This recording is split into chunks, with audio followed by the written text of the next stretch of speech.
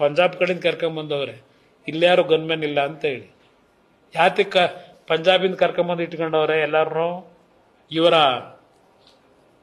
ನಡೆಸ್ತಾರಲ್ಲ ದಂಧಾ ದರ್ಬಾರು, ಹೊರಗಡೆ ಬರಬಾರದು ಅಂತಲಾ? ಇಲ್ಲಾರು ಸಿಗ್ತಿರ್ಲಿಲ್ವ ಗನ್ಮೆನ್ಗಳು? ಯಾರು ಅವ್ರಿಗೆ ಗನ್ ಇಟ್ಕೊಳ್ಳೋದಕ್ಕೆ ಪರ್ಮಿಷನ್ ಕೊಟ್ಟರು? ಯಾರು ಕೊಟ್ಟಿರೋರು? ಯಾರು ಗನ್ ಇಟ್ಕೊಳ್ಳೋದಕ್ಕೆ ಅವ್ರಿಗೆಲ್ಲರಿಗೂ?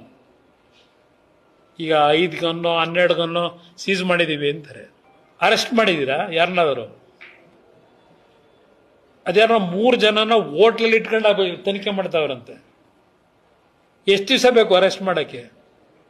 ಒಬ್ಬ ಮಾಜಿ ಮುಖ್ಯಮಂತ್ರಿ ಮಗನ್ನ ಮಾಜಿ ಪ್ರಧಾನಮಂತ್ರಿ ಮನೆಗೆ ನುಗ್ಬಿಟ್ಟು ಅರೆಸ್ಟ್ ಮಾಡಿಸ್ತೀರಿ? ಏನ್ ದೊಡ್ಡ ಅಪರಾಧ ಮಾಡವನೇ ಅಂತ ಎಲ್ಲ ಸಹಿಸ್ಕೊಂಡಿದೀವಿ.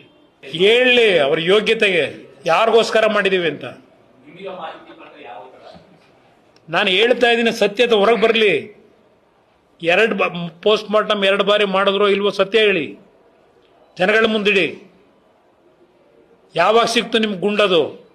2ನೇ ಬಾರಿ ಸಿಕ್ತು? ಮೊದಲನೇ ಬಾರಿಗೆ ಸಿಕ್ತು? ತನಿಖೆ ನ್ಯಾಯಯುತವಾಗಿ ಆಗಬೇಕು ಅಂದ್ರೆ CBI ಕೊಟ್ಟರು ಒಳ್ಳೇದು. ಅದು ಬಿಟ್ಟರೆ ನಿಮ್ಮ ಜಡ್ಜು ರಿಟೈರ್ಡ್ ಜಡ್ಜ್ಗೆ ಕೊಟ್ರೆ ಏನಾಯ್ತದೆ? ಜುಡಿಷಿಯರಿ ಏನಾಯ್ತದೆ? ಏನೂ ಆಗಲ್ಲ. ನೋಡಿಲ್ವಾ ಇಲ್ಲಿ 11 ಜನ ಸ್ಟ್ಯಾಂಪ್ ಹಿಡ್ದು, ಒಂದು ಕಡೆ ಮ್ಯಾಜಿಸ್ಟ್ರೇಟ್ ತನಿಖೆ, ಇನ್ನೊಂದು ಕಡೆ ಅದು ಯಾರೋ ದೊಡ್ಡ ಇವ್ರ ತನಿಖೆ ನಡೆಸಿ ಏನ್ ಮಾಡಿದ್ರು?